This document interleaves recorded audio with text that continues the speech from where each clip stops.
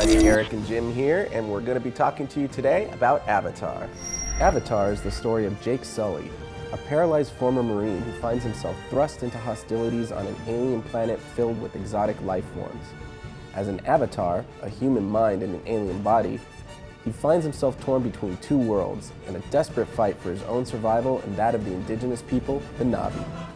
So Jim, ultimately, this is a pretty familiar story that we're seeing. Right. It's a Western in space. It's the Pocahontas story. It's this soldier who falls for the chief's daughter in the violent encroachment of the outside world onto a native culture. There's a lot of traditional archetypes to the Na'vi characters. I think that's a bit of a drawback for the movie. But in a way, you almost needed a traditional story to help ease you into this very fantastical world that Cameron sets up. And there's a lot of increasingly fantastical stuff that he throws at you. Yeah, I've pretty much been describing it to anybody who'll listen as Dances with Wolves meets Aliens. Right. And you know, what I mean by that is that ultimately great sci-fi takes the familiar and drops it into an unfamiliar environment to get its point across. Right. I mean, and it is, the movie's not just kind of a Western either. It's also a parable about our times, about, you know, Iraq and Afghanistan. Stephen Lang character, Quaritch, is the bad guy.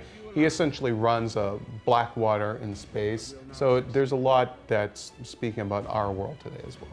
Let's address really what's ultimately boiled down to the two big concerns, and that's one, the 3D that Cameron's been heavily pushing, and two, just the online kind of skepticism of the overall look of the film. Right. Cameron and company really set the bar pretty high by saying it's going to change the way you view movies.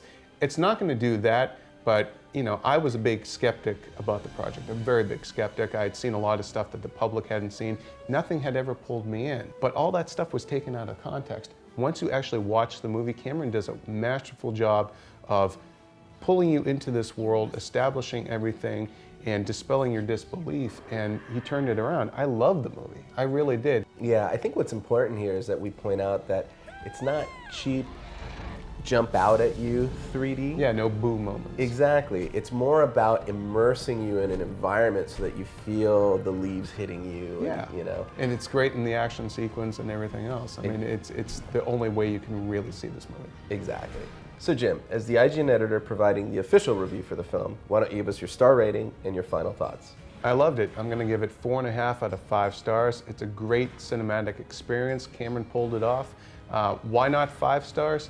Well, it's a long movie. He could have saved some stuff for the DVD. And the overall pretty formulaic traditional story, it works to pull you into it, but it is very formulaic. Yeah, well, I'm going to agree with you. I think it's really a return to form for Jim Cameron, and it's Jim Cameron doing what he does best, which is action adventure and sci-fi. It's great to see him do it. And you got to see it in 3D. Indeed. So there you have it. For more Avatar coverage, be sure to check out movies.ign.com.